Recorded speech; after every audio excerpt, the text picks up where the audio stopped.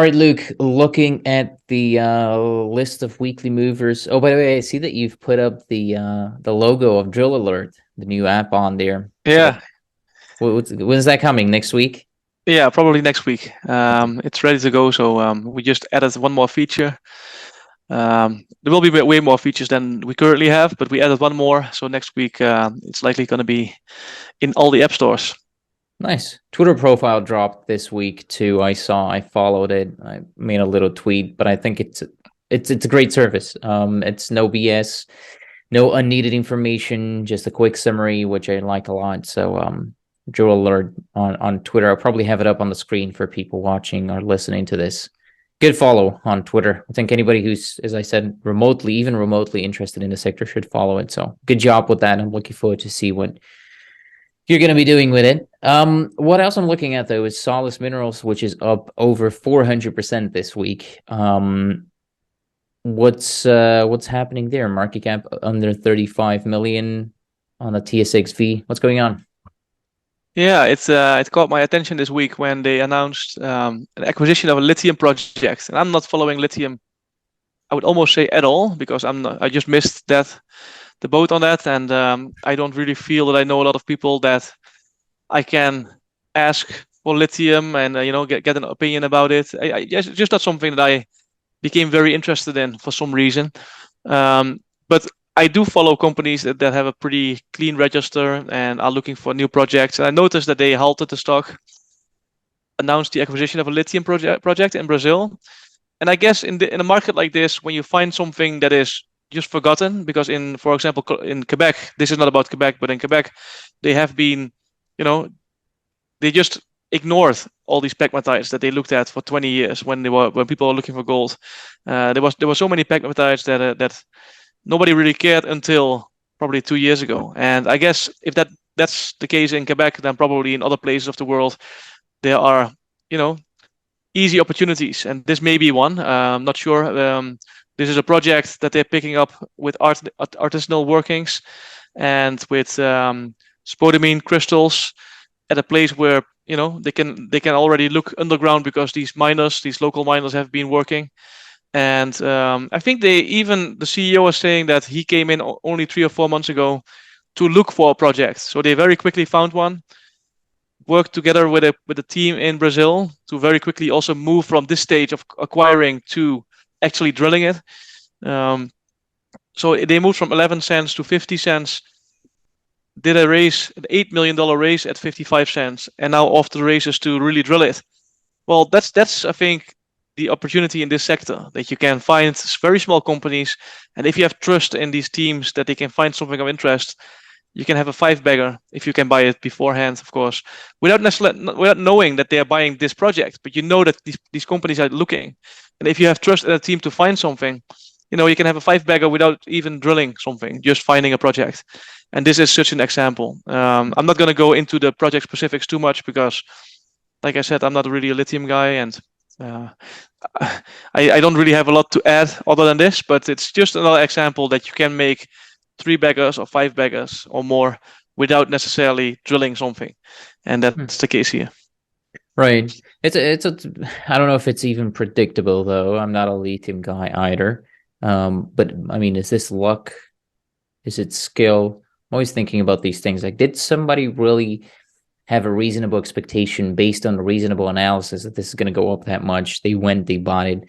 Or did the people who buy it mostly got lucky or had some other information? Because this is also going up partially because Latin Resources, it's a bigger company, about 400 or 500 million Australian dollar market cap, increased their holding of Solis Minerals here to now almost 18%. That was via the private placement that you just talked about. So Yeah, it's that as well. So maybe someone knew something, as you said last time. There's always somebody who knows more than you do. So yeah, but I don't know you if can you. you can still act on it. You can still Hmm. not. I mean, you could act on it to buy it at 30 cents where it opens, but and indeed, you cannot on a consistent basis find these companies a week before they announce something without having insider information. But you can find these projects or these companies on a consistent basis by looking at, for example, projects and companies that failed for some reason. you need luck, and you have good teams that have no luck for a year or 2 years or maybe even longer period. And if a project fails, and the stock follows, then a company can go from $1 to 5 cents. And if you look at, who's in the company, who's running it, are they still, do they still have the drive to make something of it? Then there are plenty of opportunities in the market like this to find a $5 million stock with a good team that is looking. And there's no secret, and there's no insider information about we are looking, because they write it in the quarterlies. Like, we are looking for new projects. There's no certainty that we will find something. There's no certainty that we can continue for another year without a raise, but we are looking. That's what they say in these quarterlies, and that's what they can tell you on the phone without telling you what they're looking for necessarily. But again, they can tell you what they're looking for in terms of a profile, but they cannot tell you, what they are actually trying to make a deal on. But you don't have to know. You just need patience, because I own these things, and some things I already own for 2 years. They're completely boring, but they're still flatlining, still trading at 4, 5, 6 cents. And so I think it is in a way predictable as long you have a long time frame to wait. Okay, fair point.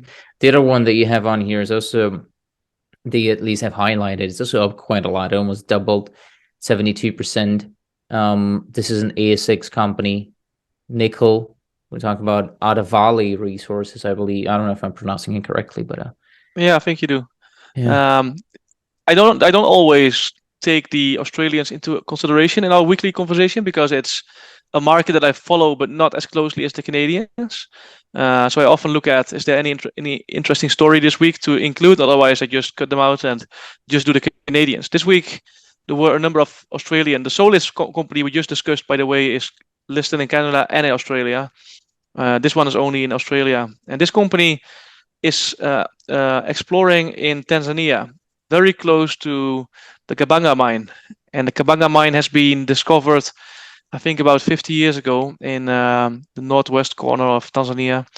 And I think there were about 5 or 6 majors working on this. There was Anglo and BHP, there was Barrick, Glencore, and they put hundreds of millions of dollars into Kabanga. And in 2018, Barrick was running it together with Glencore, and the government cancelled their mining license because the government was just not going ahead with a lot of mining projects, and that's why the country became high risk and a lot of majors left. But the government changed, and also the will to do mining, and this project went into the Kabanga project went into a private company in the UK. It's the biggest, I think, undeveloped nickel mine with 58 million tons at 2.8% or 2.6% nickel.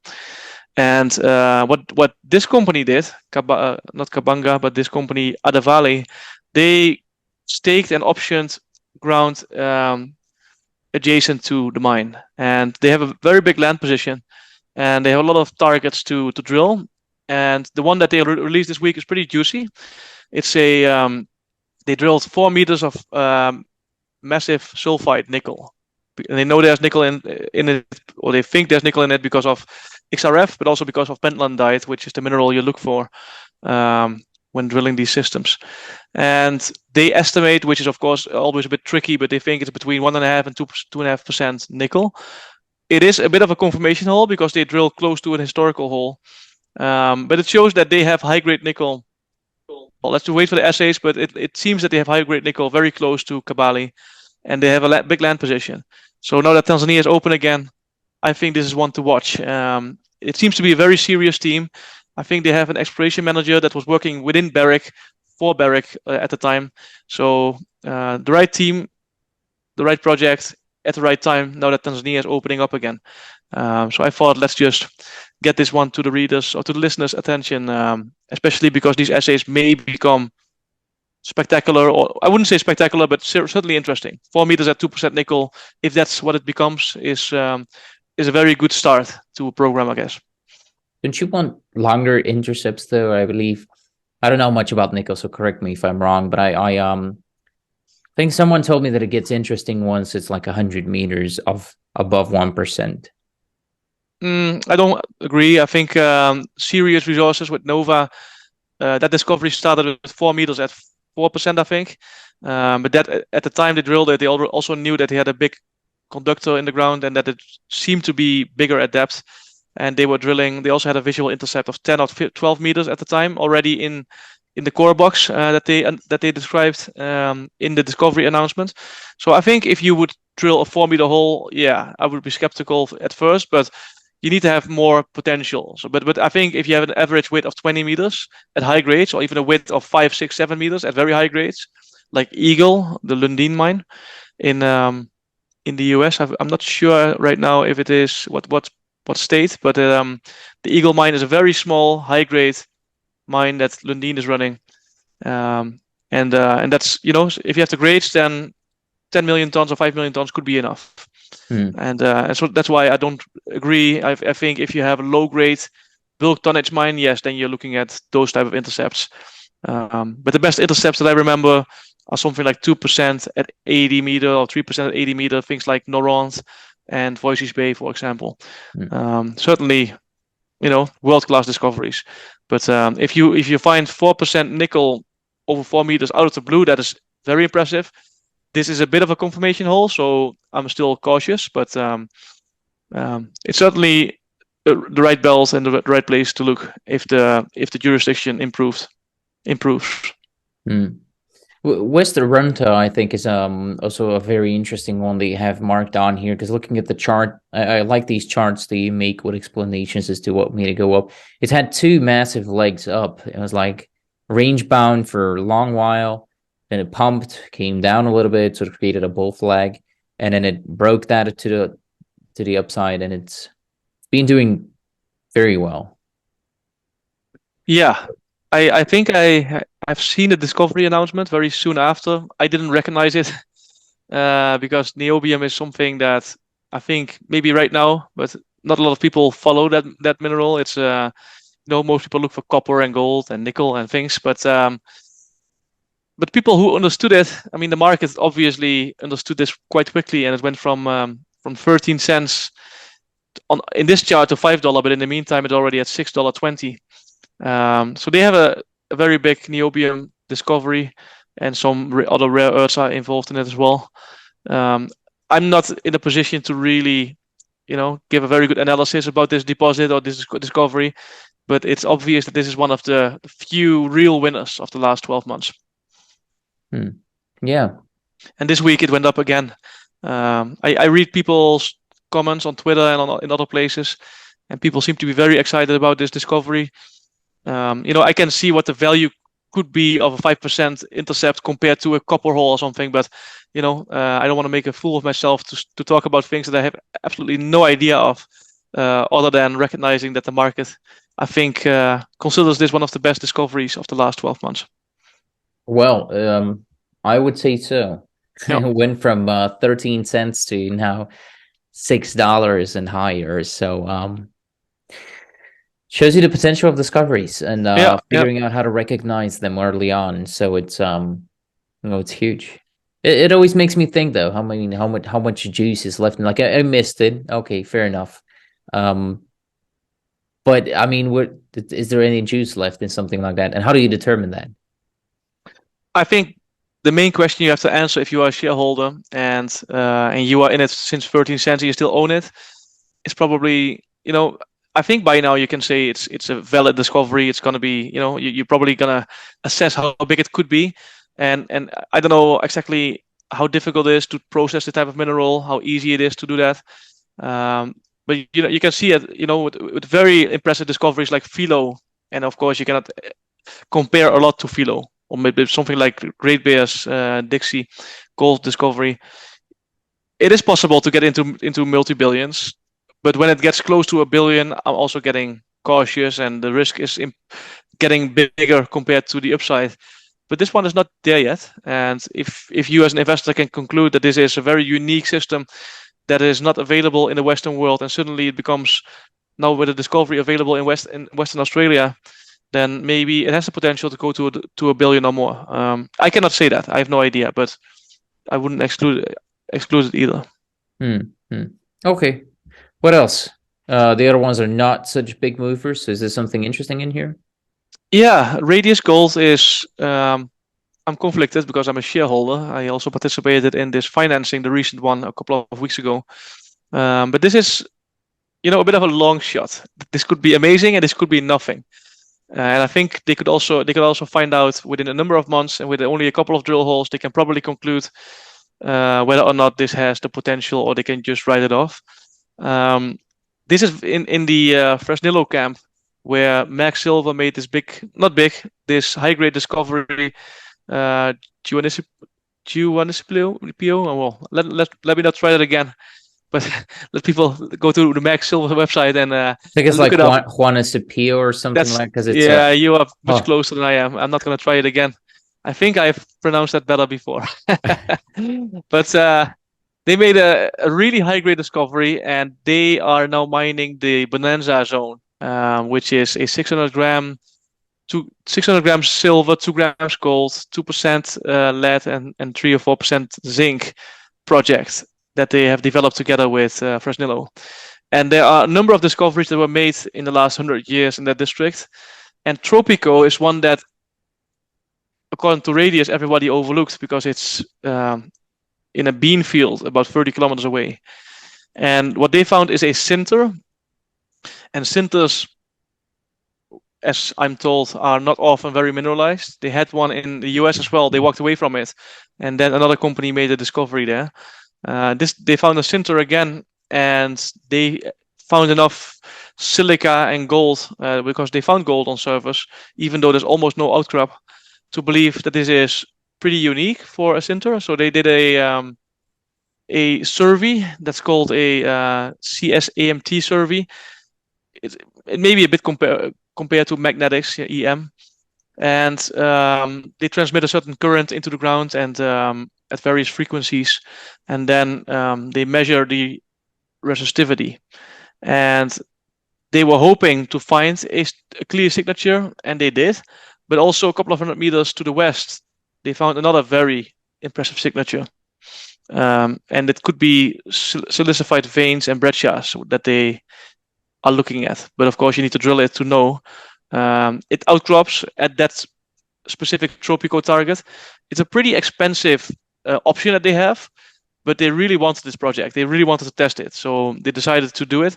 They have enough time before the expensive option payments come, so they want to test it and either walk away from it or make an amazing discovery.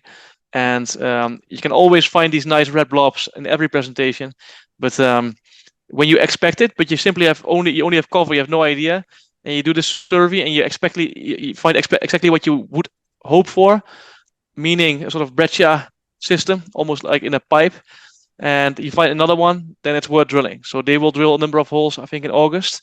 And like I said, it's a long shot. They could find nothing, and they could find something. I mean, if they find 10 meters of 800 grams silver, then they're off to the races. And if they find nothing, then I think they have enough value to, other projects that they can work on and still being undervalued, I guess. But that's, the market will probably punish it, and it will go down for some time. But Radius has so many projects that are, in my mind, interesting, that they have enough to, to work on if this is nothing. But this is, for the moment, their exciting project that they will drill short term, and they own it completely. Okay. Not much to say there, I guess. You covered it properly. It seems like it's quite technical too, so my limitations hit there.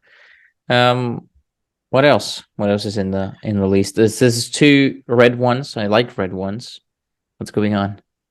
Yeah, so I will not discuss M3 mining and Empire Metals that much. I mean, M3 Metals went up. They made potentially a discovery. Let's just leave that for now, because they will follow up on this. And if it's something interesting, we will come back to it later. And I just want to mention Empire Metals. They went down 20%, but actually they went down about, we discussed it 2 weeks ago, I believe, and they made a titanium discovery at the Pitfield project. They were looking for copper, found titanium. The market, the stock doubled, and it came back down again. So it also shows that you have to be very careful with these discovery announcements, especially when it involves a mineral like titanium. So there's nothing much to add than saying that Empire Metals, they made an announcement. We found a giant system, and they may have actually, but the market is not impressed enough with titanium. and everybody left again, and the stock is down back to where it originally started. Aurea Mining is a Canadian company, and they have a project in French Guyana. Now I have to be very careful if I am not pronouncing it wrong again, because this is a French a French project. It's Montagne d'Or, and I'm not doing it in my best French, but I think I'm pretty close.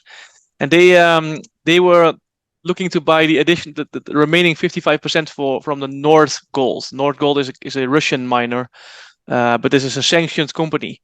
And now this has not been accepted by the Canadian government because they may be paying that 100 million that they have to pay at some point into a frozen account. And that's why this deal has been cancelled for the moment, or not approved at least. And that's why the stock is down so much. So it shows again that with a mining project, it's always risky because you are, depending on your jurisdiction or depending on something like this, and you cannot just move your factory to a new place. It's a mine. It's in a certain country, and you have to do with a certain owner. And in this case, that means that the stock is down 80%. So, I mean, jurisdiction problems seem to be sort of prevailing over the short run, if that makes sense. But sooner or later, the deposit wins. Is that something you've experienced? Yeah. In this case, it's the jurisdiction is not really the main issue. The main issue is the owner of it, Nordgold. But I agree. I think the one that we just discussed, Tanzania, that's a project. I mean, if you could have staked all that ground, and they have a lot, this company we just discussed, you just need patience, because in 2018 everybody left, and now suddenly Tanzania is the way to go again. It's the place to go again. I'm still the owner of Sun Peak that we discussed. They are in Ethiopia. Had a really rough 2 years, that country. It seems to be improving. There's a peace agreement. So I think indeed, if you can own something in a very unloved country where you see potential, I wouldn't do it in Venezuela, but in a country where you have visibility on this could improve, but maybe in 2018 Tanzania looked really bad, and right now it's improving. So I think it's very difficult to just forget about the bad situation and just invest as well. But I think if you have a level of certainty that the company can at least maintain their property for the time being, and it's an amazing property, I think it's worthwhile taking the risk. And Rick Rule talked about it in terms of Congo, where Friedland made a big copper discovery, Kapushi, Kamoa, and it was also a bad time to invest in the end of the 90s, early 2000s. But then it improved around 2004, 2005. So it could work if you are okay with the risk.